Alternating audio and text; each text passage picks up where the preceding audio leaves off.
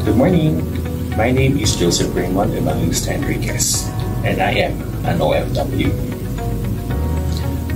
I trained with Orion Tech for Ed Center. That time, the course was Web Development using WordPress. Being an OFW, I needed to learn new skills para naman po may maidagdag ako sa aking arsenal. And that helps a lot that happened because of Tech for Ed Center ng Orion.